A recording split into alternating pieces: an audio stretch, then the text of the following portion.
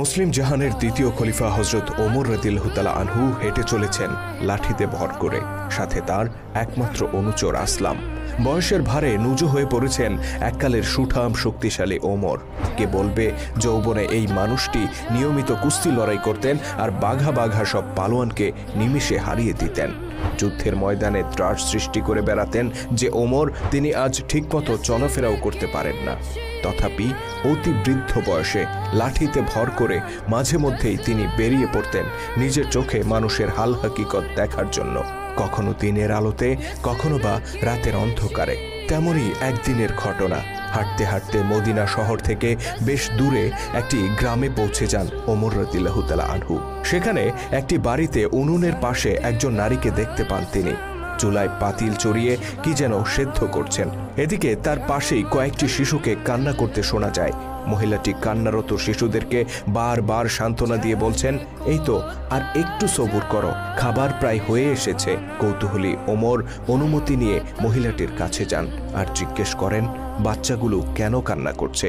ওই নারী হযরত ওমর রাদিয়াল্লাহু তাআলা আনহুকে আগে কখনো দেখেননি, যে কারণে তিনি মুসলিম জাহানের খলিফাকে চিনতে পারেন না। আগন্তুকের কৌতূহল দেখে তিনি বেশ বিরক্ত হন এবং বলেন শিশুগুলো ক্ষুধায় কান্না করছে।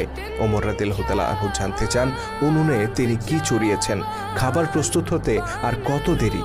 মহিলাটি আরো বেশি বিরক্ত হয়ে বলেন, পাতিলে কিছুই নেই, শুধু পানি চড়িয়ে রেখেছি। বাচ্চাগুলোকে সান্ত্বনা দেওয়ার জন্য খাবার তৈরির ভান করছি। কাঁদতে কাঁদতে তারা একটু পরে এমনিতেই ঘুমিয়ে পড়বে।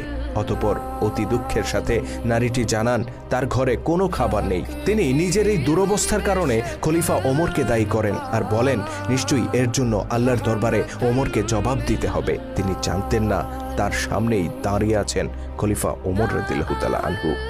ওমর রাদিয়াল্লাহু তাআলা আনহু বিস্মিত কণ্ঠে বলেন, খলিফাকে কেন এর জন্য দায়ী করছেন? তিনি হয়তো আপনার এই দুরবস্থার কথা জানেনই না। মহিলাটি পাল্টা প্রশ্ন করে বলেন, খলিফা হিসেবে প্রত্যেক নাগরিকের খোঁজখবর নেয়া কি তার দায়িত্ব নয়? তিনি কেন আমাদের ব্যাপারে গাফেল থাকবেন? এর জন্য অবশ্যই তাকে জবাব দিতে হবে।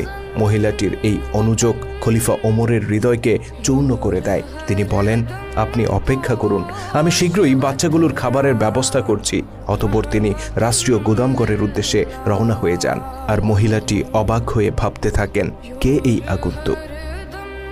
ওমর রাদিয়াল্লাহু তাআলা আনহু দ্রুত ছুটে যান রাষ্ট্রীয় গুদাম ঘরে।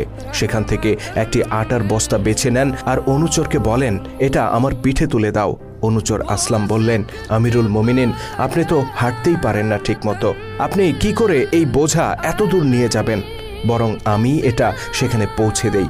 খলিফার আগত কণ্ঠে বললেন, কিয়ামতের দিন কি আমার বোঝা তুমি বহন করবে?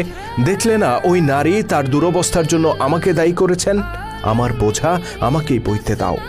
অতঃপর অর্ধজাহানের বাদশা হেঁটে চললেন লাঠিতে ভর করে, কাঁধে তার আটার বস্তা, পিছু পিছু হেঁটে চলল বিভ্রান্ত অনুচর। এভাবে দীর্ঘ পথ হেঁটে প্রকৃতিতে যখন অন্ধকার নেমে এলো তখন তারা পৌঁছলেন সেই বাড়িতে। তিনি নিজ হাতে আটা বের করলেন আর উনুনে জাল দিয়ে খাবার প্রস্তুত করে দিলেন। অভুক্ত শিশুগুলোর কান্না যখন থামল তখন ওই মহিলা বললেন, কতই না ভালো হতো যদি ওমর না হয়ে আপনি হতেন আমাদের খলিফা।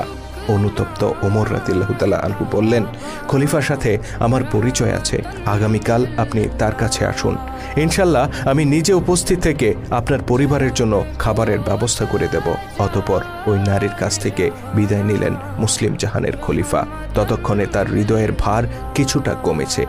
শুধু দর্শক, আমরা জানি না ইসলামের মহান খলিফারা ছাড়া পৃথিবীর ইতিহাসে আর কোনো শাসক ছিলেন কিনা যারা এতটা প্রজাবৎসল ছিলেন।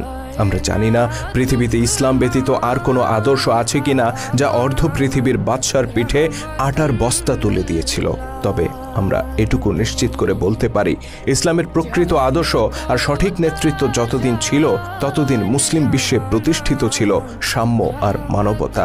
অথচ আজ 1400 বছর পর আমাদের সমাজে সেই মহান জীবন ব্যবস্থাকে দেখা হয় অবজ্ঞার দৃষ্টিতে। আমরা নামাজ পড়ি আল্লাহর আইনে আর রাষ্ট্র চালাই ব্রিটিশদের আইনে। আমাদের আলেমরা ব্যস্ত ব্যক্তিগত জীবনের মাসলা মাসাইল নিয়ে আর রাষ্ট্রের নেতারা ব্যস্ত পশ্চিমা জীবন দর্শনের গুণকীর্তন নিয়ে। অথচ আমরা কথায় কথায় বলি এই দেশ 90% মুসলিমের দেশ। আল্লাহ তাআলা আমাদের সবাইকে ইসলামের সঠিক আদর্শে উজ্জীবিত হয়ে ঐক্যবদ্ধ হওয়ার তৌফিক দান